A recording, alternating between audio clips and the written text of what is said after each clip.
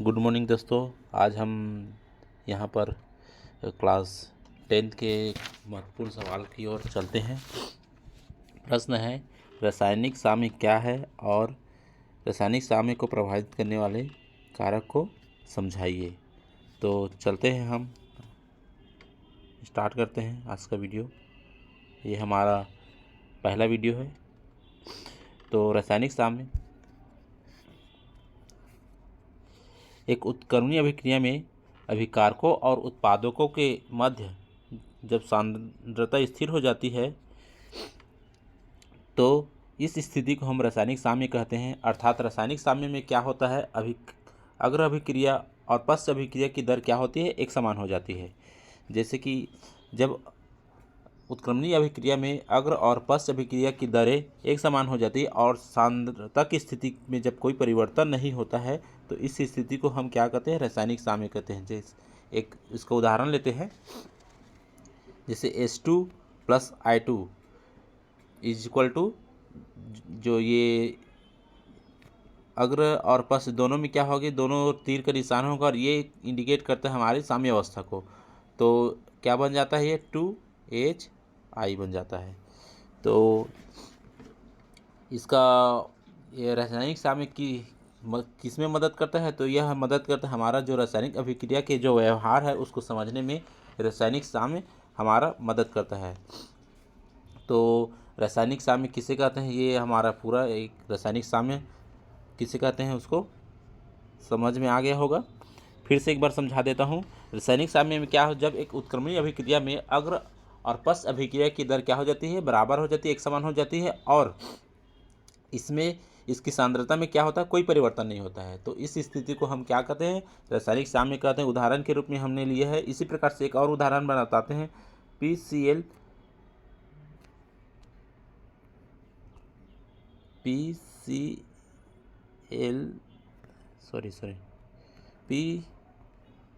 PCl3 plus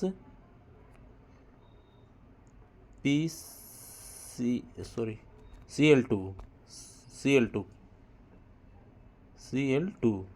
तो ये क्या बन जाएगा, ये आपका PCl5 बन जाएगा। तो ये दोनों और ऐसा ये क्या इंडिकेट करता है, ये हमारा साम्य स्थिति को इंडिकेट करता है। अब आगे बढ़ते हैं।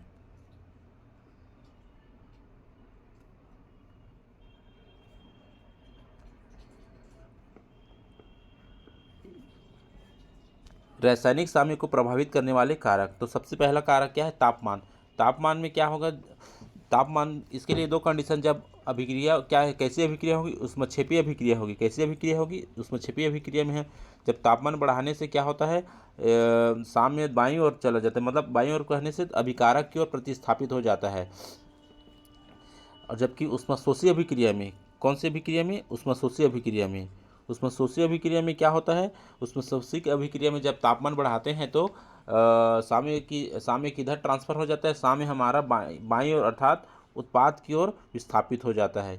तो तापमान किस प्रकार से प्रभावित करते हैं, समझ में आ गया होगा।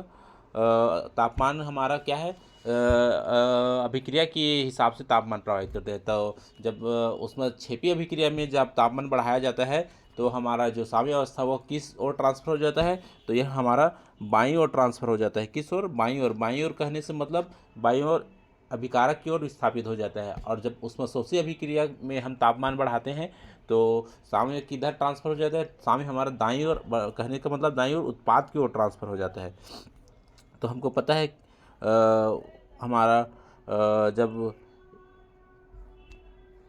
कौन अभिकारक है और कौन उत्पाद है, तो यहाँ पर हम देखते हैं तो ये हमारा क्या है, ये हमारा अभिकारक है, ठीक है। और अभिकारक किधर है, तो बाईं ओर है। तो हम जब तापमान बढ़ाते हैं उसमें क्षेपीय अभिक्रिया में तो साम्य अवस्था किधर ट्रांसफर हो जाता है, बाईं ओर कहने से मतलब ये अभिकारक की ओर। उसी प्रकार से उसमें शोषी अभिक्रिया में जब हम तापमान बढ़ाते हैं तो साम्य किधर ट्रांसफर हो जाता है, साम्य इधर विस्थापित हो जाता है, दाईं ओर कहने से मतलब उत्पाद की ओर, ठीक है। तो समझ में आ गया होगा। अगला चलते हैं हम दूसरा पॉइंट। तो दूसरा पॉइंट में चलते हैं।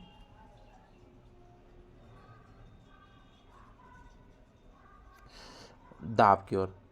दूसरा क्या है, दाब प्रभावित करता है। तो दाब किस प्रकार से, गैसीय अभिक्रियाओं में ना मुख्य रूप से दाब बढ़ाने, गैसीय अभिक्रियाओं में मुख्य रूप से दाब बढ़ाने से क्या होता है, साम्यावस्थक गैस के अणुओं की संख्या कम होने लगती है। और दाब बढ़ाने से, गैसीय अभिक्रियाओं में दाब बढ़ाने से साम्य गैसों के अणुओं की संख्या कम होती जाती है। कम होने वाली जो दिशा होती है उधर विस्थापित है, मतलब जिधर हमारा गैसीय अणुओं की संख्या कम है तो दाब बढ़ाने से अभिक्रिया का दाब बढ़ाने से साम्य, जहाँ गैसों के अणुओं की संख्या कम होती है उधर ट्रांसफर हो जाती है, दिशा में जहाँ पर गैस में अणुओं की संख्या कम है तो साम्य अवस्था उधर विस्थापित हो जाती है। ठीक है। उसके बाद अगला है उत्प्रेरक। उत्प्रेरक क्या है, उत्प्रेरक तो साम्यावस्था को प्रभावित नहीं करता किंतु अभिक्रिया की दर को बढ़ाते हैं, जिससे साम्यावस्था जल्दी स्थापित हो जाती है। ठीक है। उत्प्रेरक क्या करता है, साम्यावस्था को प्रभावित नहीं करता, लेकिन वे अभिक्रिया की दर को बढ़ाते हैं, जिससे साम्यावस्था क्या होता है, जल्दी स्थापित होने लगता है। अभिक्रिया की दर को बढ़ाने में मदद करता है हमारे। ठीक है।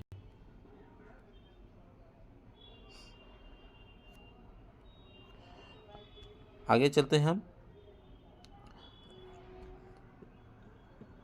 अगला क्या है जो रासायनिक साम्य को प्रभावित कर, सांद्रता। सांद्रता में परिवर्तन से क्या होता है, साम्य की स्थिति बदल जाती है।